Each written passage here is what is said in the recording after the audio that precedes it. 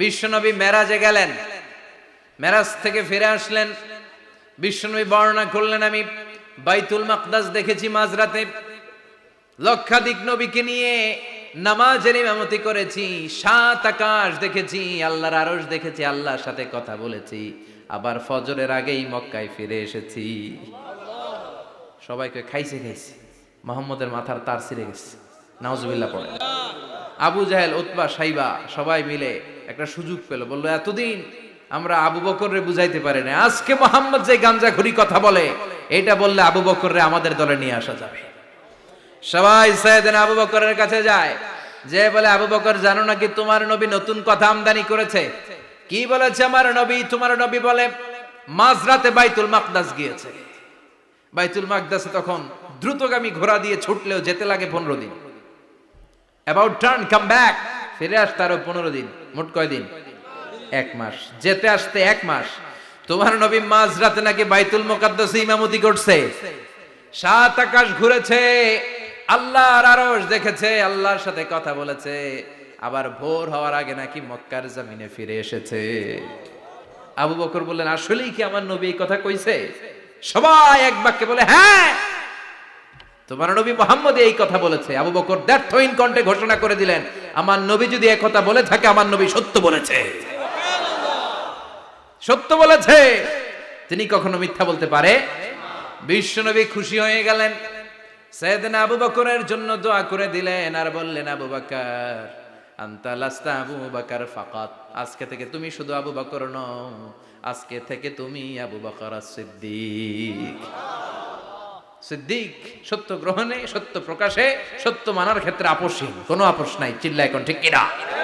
সে আল্লাহ বললেন, ওয়াযকুর ফিল কিতাবি ইব্রাহিম ইন্নাহু কানা সিদ্দিকান নাবিয়্যা। ও নবী, আপনার এই কোরআনের ভেতরে আমার খলিলের নামটা রাখেন, কারণ আমার খলিল যেন তেন কোন নবী নয়, সাধারণ পয়গম্বর নয়, আমার নবী ইব্রাহিম হলো সিদ্দিক, সত্য প্রকাশে আপোষহীন। এজন্য আল্লাহ খুশি হয়ে ওনার একটা টাইটেল দিলেন, টাইটেলটা হলো খলিল। ওয়াত্তাখাযাল্লাহু ইব্রাহিমা, চিল্লায় বলেন ওয়াত্তাখাযাল্লাহু ইব্রাহিমা, আমি ইব্রাহিমকে খলিল বানিয়েছি। খলিল মানে দোস্ত। খলিল মানে কি? আল্লাহ দুনিয়ার একজনের দোস্ত ডাকে, কি মজার ব্যাপার, কেমন লাগে তার কাছে শুনতে? সুবহানাল্লাহ কইবেন না? ওনারে বানাইলেন খলিল, আর বিশ্বনবীরে বানাইলেন হাবিব। সুবহানাল্লাহ পড়েন। বাপ বেটা সব নিয়ে গেছে। সাইয়েদনা ইব্রাহিম হচ্ছেন বাবা, আর বিশ্বনবী ছেলে। বিশ্বনবীর অনেক উপরের পুরুষ হচ্ছে সাইয়েদনা ইব্রাহিম, তো এটা পর্দাদা না, বাবা না? বিশ্বনবী বলতেন, আনা দাওয়াতু আবি ইব্রাহিম, আমি নবীরে পেয়ে নাচানাচি করো, আমি তো ইব্রাহিম আলাইহিস সালামের দোয়ার ফসল। উনি যদি মক্কায় দাঁড়িয়ে দোয়া না করতেন, আমার বিশ্বনবীর জন্ম হতো না। সুবহানাল্লাহ পড়েন। এজন্য বাবা হলো খলিল, ছেলে হলো হাবিব।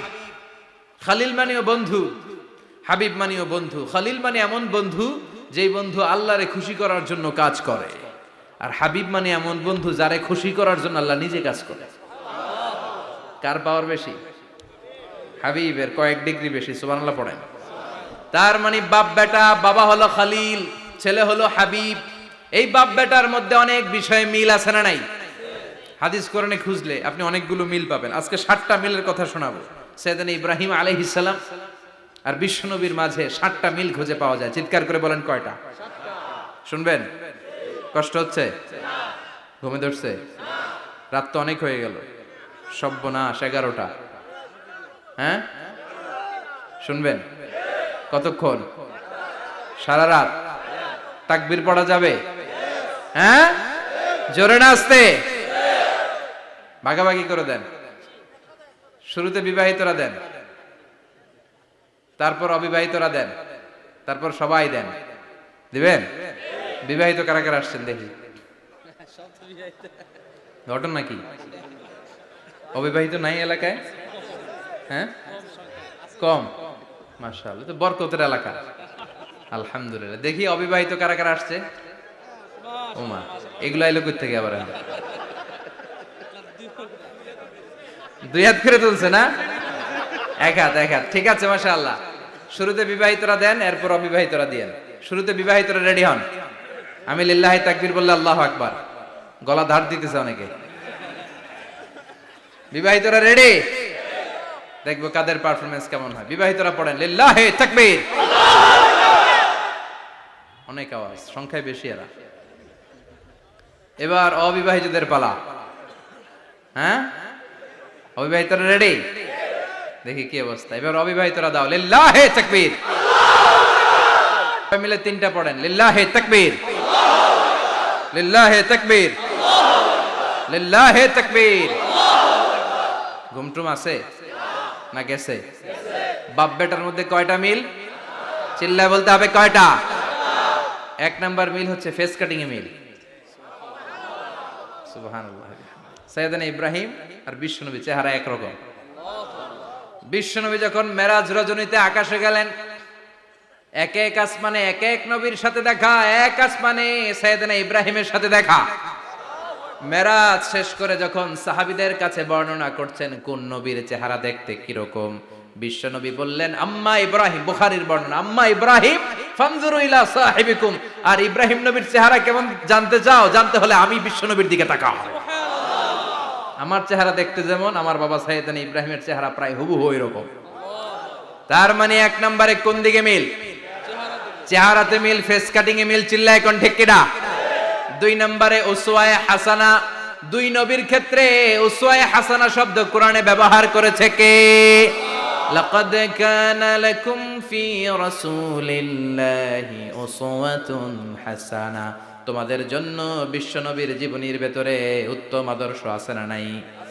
আবার ইব্রাহিমের ক্ষেত্রে বললেন কাদ কানাত লাকুম উসওয়াতুন হাসানাতুন ফি ইব্রাহিম। বিশ্বনবীর জীবনীতে যেমনি তোমাদের জন্য আদর্শ, সাইয়েদনা ইব্রাহিমের জীবনীতেও। সুবহানাল্লাহ পড়ে। তার মানে বিশ্বনবীও মডেল, সাইয়েদনা ইব্রাহিমও মডেল। নাকি শাহরুখ খান আমাদের মডেল? ইমরান খান, জর্দা খান, কেউ আমাদের মডেল? নায়ক নায়িকা, গায়ক গায়িকা, ক্রিকেটার, সেলিব্রিটি, ডান্সার একটাও আমাদের মডেল হতে পারে? কোন কবিরা আমাদের মডেল? আমাদের মডেল হলো নবীরা। চিল্লায় বলেন ঠিক কিনা? কবিরা এক একজন এক এক দিকে যায়, এক একজন এক এক কথা বলে। আউলা ঝাউলা চুল নিয়ে চলে, যার মাথা দিয়ে যেটা বেরোয় সেটা বলে। কিন্তু একজন নবী যেটা বলে অন্য নবী বিপরীত বলে না। কারণ কবিরা কথা বলে তাদের মন মস্তিষ্ক প্রসূত কথা থেকে, আর সব নবীদের কথা আসে একটা হেডকোয়ার্টার থেকে। হেডকোয়ার্টারটা কার? কোন নবী বলছে আল্লাহ একজন, আরেক নবী বলছে না দুইজন হতে পারে। কোন নবী বলেছে আখেরাত আছে, আরেক নবী আইসা বলছে নাও থাকতে পারে। এরকম কইছে? কারণ কবিদের মতো ওনারা মাথায় যা আসে পাগলের মতো তাই বলে না। তাদের মাথায় কথা আসে একটা হেডকোয়ার্টার থেকে। চিল্লায় বলেন হেডকোয়ার্টারটা কার? আল্লাহ বললেন উসওয়ায়ে হাসানা। বিশ্বনবীও তোমাদের জন্য আদর্শ, সাইয়েদনা ইব্রাহিম আদর্শ। তার মানে আদর্শিক দিক থেকে দুই নবীর মিল আছে না নাই? তিন নাম্বার, দুইজন নবী উলুল আজমি মিনার রুসুল। এই পৃথিবীতে পাঁচজন নবীকে আল্লাহ শ্রেষ্ঠ নবী বলেছেন। নূহ আলাইহিস সালাম, ইব্রাহিম আলাইহিস সালাম, মূসা আলাইহিস সালাম, ঈসা আলাইহিস সালাম, বিশ্বনবী মুহাম্মদ রাসূলুল্লাহ সাল্লাল্লাহু আলাইহি ওয়াসাল্লাম। এই পাঁচজনের ভিতরে বাপ বেটা আছে না নাই? কথা কর। চার নাম্বার মিল হলো বাপ বেটা দুইজনই কাবা বানিয়েছে। আল্লাহু আকবার। সাইয়েদনা ইব্রাহিম বানিয়েছে বয়স্ক অবস্থায়, বিশ্বনবী বানিয়েছেন শৈশবকালে। পড়েন সুবহানাল্লাহ। বিশ্বনবীর বয়স মাত্র 10 বছর। কয় বছর? 10 বছর বয়স আমরা লুঙ্গিও পড়তাম না। কথা কন। ছোট বাচ্চারা অনেক সময় এই বয়সে লুঙ্গি খুলে ফেলায় না? গরমকাল আসলে লুঙ্গিগুলা সব খালের সামনে থুইয়া ডুবায়, চোখগুলা লাল করে আর করে বাইরে আছে না নাই? কিন্তু বিশ্বনবী লুঙ্গি খোলেন না, লুঙ্গি পড়ে থাকে। কাবা ঘর নির্মাণের কাজ শুরু হলো, বিশ্বনবী পাথর টানতে শুরু করলেন।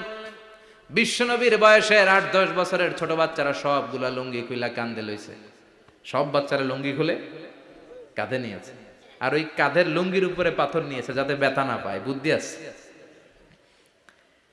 লুঙ্গি খুলে কাঁধে রেখেছে, কাঁধের উপরে পাথর রেখেছে। কিন্তু বিশ্বনবী সবাই পাথর টানে একটা, বিশ্বনবী টানে দুইটা, কিন্তু বিশ্বনবী লুঙ্গি খোলে না। কি নবী ছিলেন, কি লাজুক ছিলেন। এখন আমাদের মধ্যে লাজুকতা নাই। বাবা ছেলে মেয়ে সব মিলে একসাথে হিন্দি সিরিয়াল দেখে, এরকম ফ্যামিলিও আছে না নাই? লাজুকতা হারাতে বসেছি। আল হায়াউ শু'বাতুম মিনাল ঈমান। লাজুকতা ঈমানের অঙ্গ। ইযা লাম তাস্তাহি ফাসনা মা শি'তা। যখন তোমার লজ্জা থাকবে না, তোর যা মন চায় তুই তাই করতে পারবি। লাজুকতা আমরা হারাতে বসেছি, কোনো ক্ষেত্রে আমাদের লাজুকতা নাই। বিশ্বনবী এত লাজুক ছিলেন, হালিমাতুস সাদিয়া বলে 5 বছর কুরাইশি মুহাম্মদকে আমি লালন পালন করলাম, একদিনও কাঁদতে দেখি নাই। ক্ষুধা লাগলেও কাঁদে না, ব্যথা পেলেও কাঁদে না, শুধু লজ্জাস্থানের জায়গা থেকে কাপড় সরে গেলে মুহাম্মদ চিৎকার দিয়ে ওঠে। কি লাজুক ছিলেন বিশ্বনবী। পাথর টানে কিন্তু লুঙ্গি খোলে না। আশেপাশের বন্ধু বান্ধব সব লুঙ্গি খুলে টানতেছে। চাচা আবু তালেব দৃশ্যটা দেখলেন, কিরে সবাই লুঙ্গি খোলা, এটা লুঙ্গি ছাড়া কেন? এটার গায়ে তো লুঙ্গি আছে। বিশ্বনবী ডেকে বললেন, মুহাম্মদ লুঙ্গি খোলো। কি খোলো? সবাই খুলছে, তুমিও খোলো। তুমি কাঁধে ব্যথা পাবে, কাঁধে লুঙ্গি রেখে পাথর টানো। বিশ্বনবী বললেন, না আমি ব্যথা পাই না, আমি লুঙ্গি খুলবো না। চাচা বলল, আরে ছোট মানুষ, সমস্যা নাই, খোলো। গোছা ধরে টান দিবে, টান দেওয়ার আগে বিশ্বনবী বেহুশ হয়ে জমিনে পড়ে যায়। লুঙ্গি খোলা আর হয় নাই। বিশ্বনবীর লজ্জাস্থানও কেউ দেখে নাই। আল্লাহু আকবার। তার মানে কাবা ঘর নির্মাণের দিক থেকে বাপ বেটার মধ্যে মিল আছে না নাই? সাইয়েদনা ইব্রাহিম কাবা বানালেন বয়স্ক অবস্থায়, বিশ্বনবী বানালেন শৈশবকালে। পড়েন সুবহানাল্লাহ।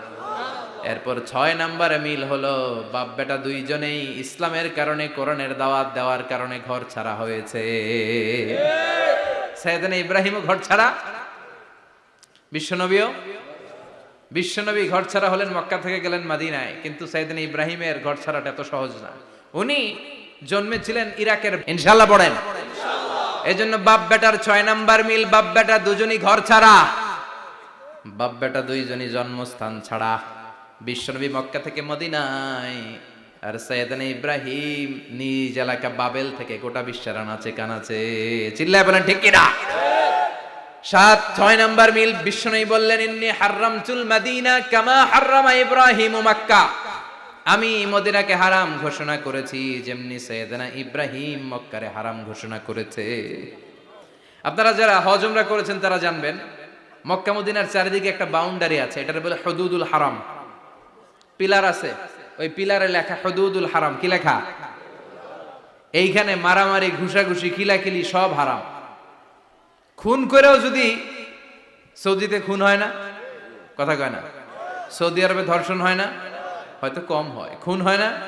হয়। কোন খুনিও যদি এই হুদুদুল হারামের ভিতরে ঢুকে, পুলিশ ওরে মারতে পারবে না। ওরে ভুলায় ভালায় ফুসলায় বাইরে নিয়ে মাইর। হুদুদুল হারামের বাইরে নিয়ে মাইর, ভিতরে মারামারি করা যাবে? তো এই যে হুদুদুল হারামের বাউন্ডারিটা, মদিনারটা দিয়েছেন, ঠিক করে দিয়েছেন বিশ্বনবী, আর মক্কারটা দিয়েছেন সাইয়েদনা ইব্রাহিম। বাপ বেটা মিল আছে না নাই? এরপরে বাপ বেটার মধ্যে 7 নম্বরে মিল হলো, বাপ বেটার একজন হলো সব নবীদের নেতা, আর একজন হলো সব নবীদের পিতা। একজন সব নবীদের নেতা বিশ্বনবী, ঠিক কিনা? আরেকজন সব নবীদের পিতা সাইয়েদনা। এই জন্য আমরা যখন শেষ বৈঠকে নামাজের শেষ বৈঠকে যখন সালাম ফেরার জন্য প্রস্তুতি নেই, তার আগে বাপ বেটা দুইজনের উপরে সালাম আছে না নাই? একটা দুরুদ আছে না নাই?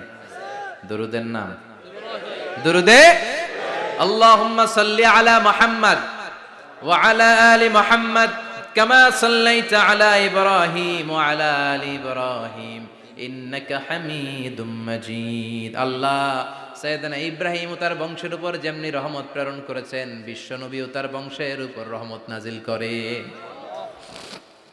আল্লাহুম্মা বারিক আলা মুহাম্মদ ওয়া আলা আলি মুহাম্মদ কামা বারাকতা আলা ইব্রাহিম ওয়া আলা আলি ইব্রাহিম ইন্নাকা হামিদুম মাজিদ। ও আল্লাহ, সাইয়েদনা ইব্রাহিমের বংশের উপর এবং তার উপর যেমনি বরকত নাজিল করেছেন, বিশ্বনবী ও তার বংশের উপর তেমনি বরকত নাজিল করে। দেখেন, দুইজনের কথাই আছে, বিশ্বনবীর কথাও আছে, সাইয়েদনা ইব্রাহিমের কথাও আছে। এই 7টা দিক থেকে বাপ বেটার মধ্যে মিল রেখেছে কে? আর আল্লাহ বললেন, এই ফ্যামিলিতে আমি কিতাবও দিয়েছি, নবুয়তও দিয়েছি। ওয়াজআলনা ফি যুররিয়াতিহিন নুবুওয়াতা ওয়াল কিতাব। সাইয়েদনা ইব্রাহিমের ফ্যামিলির ভেতরে আমি নবুয়ত দিয়েছি, কিতাব দিয়েছি। এই পৃথিবীতে যত নবীর নাম আপনি বলবেন, সবগুলো সাইয়েদনা ইব্রাহিমের নাতিপুতি। লক্ষাধিক নবী পৃথিবীতে, 5-7 জন ছাড়া। কজন ছাড়া? উপরের 5-7 জন ছাড়া যত নবী আপনি নাম বলতে পারবেন, যাদের নাম জানি কিংবা জানি না, সব সাইয়েদনা ইব্রাহিমের বংশধর, ওনার নাতিপুতি। ওনার আল্লাহ 86 বছর বয়সে দিলেন সাইয়েদনা ইসমাইল আলাইহিস সালামকে। ওনার বয়স যখন 100 তখন দিলেন সাইয়েদনা ইসহাক আলাইহিস সালামকে। তাহলে ওনার প্রথম ছেলের নাম, দ্বিতীয় ছেলে, আওয়াজ করে বলেন প্রথমটা দ্বিতীয়টা ইসহাক। দুর্ভাগ্যজনক হলেও সত্য, ইসমাইলের চেনে কোনো নবী আল্লাহ দেন নাই, কোনো নবী নাই। সব নবী এই চেনে হাজার হাজার লক্ষাধিক নবী খালি ইসহাকের বংশে নামে, এই বংশে কোনো নবী নাই। আর এই বংশের নবীরা প্রজন্মের পর প্রজন্ম একে অপরকে বলে যায়, সব শেষে কিন্তু একজন নবী আসবে, ওইটা হবে শ্রেষ্ঠ নবী, বিশ্ব নবী, ঠিক কি না? একের পর এক নবুয়ত আল্লাহ এই চেনে দিলেন। ইসহাকের চেইনে, সাইয়েদনা ইসমাইলের চেইনে কোনো নবী নাই। এত নবী এখানে এসেছে, এরা ভেবেই নিয়েছে ওই যে শেষ নবী যেটা শ্রেষ্ঠ নবী এটাও এখানেই আসবে। কিন্তু আস্তে আস্তে হাজার হাজার লক্ষাধিক নবী আল্লাহ এইখানে পাঠিয়ে সাইয়েদনা ঈসা আলাইহিস সালামের পরে আল্লাহ স্টপ মেরে দিলেন। স্টপ মেরে দিয়ে 570 বছর পরে শ্রেষ্ঠ নবীটারে আল্লাহ এই চেনে পাঠিয়ে দিলেন। এজন্য আমরা হচ্ছি বানি ইসমাইল। আমরা কি? বিশ্বনবী হচ্ছেন বানি ইসমাইল, বিশ্বনবী কি? আর এরা হচ্ছেন বানি Israil. Changing the leadership from বানি ইসরাইল টু বানি ইসমাইল। এজন্য অহংকারীদের পরিণাম শুভ হয় না। এরা নবী পেতে পেতে এই প্রজন্ম অহংকারী হয়ে উঠেছিল আর গালি দিচ্ছিল এই চেইনটা আটকুরা চেইন, নবী আসার